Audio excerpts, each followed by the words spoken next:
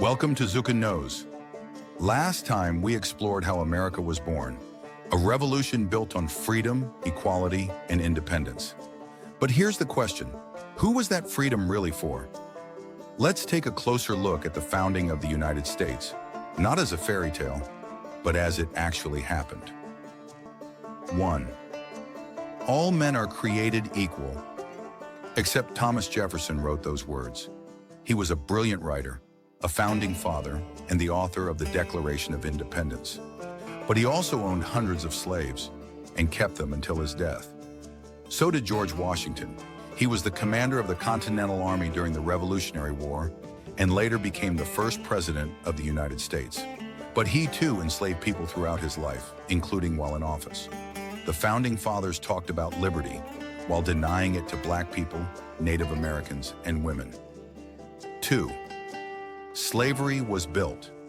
In the U.S. Constitution didn't abolish slavery. In fact, it protected it. The 3/5 compromise counted enslaved people as 3/5 of a person for political advantage. Freedom had asterisks from the start. 3. Women had no voice. Women couldn't vote.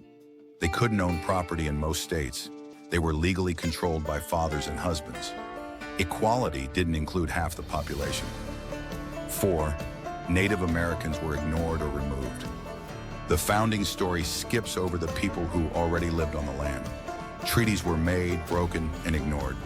Eventually, removal and genocide replaced diplomacy. Manifest destiny justified the rest. 5. A country of contradictions. How could a nation built on liberty also embrace slavery? The answer, it was complicated. Many founders believed slavery was wrong, but chose unity over justice. They prioritized forming a nation, even if it meant building it on contradictions. 6. Resistance from the start. Not everyone accepted the myth. Enslaved people fought for their freedom. Women demanded education and rights.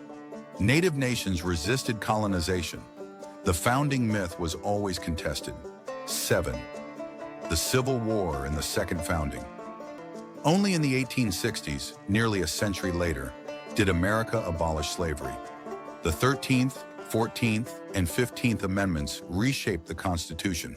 Some historians call it America's second founding, when the country started to mean what it said. 8. Why the myth persists. The cleaner the story, the easier it is to teach. Heroes and freedom sells better than slavery and compromise. But myths shape memory, and forgetting the truth has consequences. 9. The danger of idealizing the past. When we pretend the past was perfect, we blind ourselves to injustice. The founding ideals are worth celebrating, but only if we're honest about their flaws. Truth doesn't cancel patriotism, it strengthens it. 10. Summary, a nation built on contradictions. America's founding was a breakthrough and a betrayal, a dream and a double standard. To understand where we are now, we have to face where we began, not with shame, but with clarity. History isn't holy, it's human. Thanks for watching Zukkun Knows. Subscribe for more stories that challenge the legends we grew up with.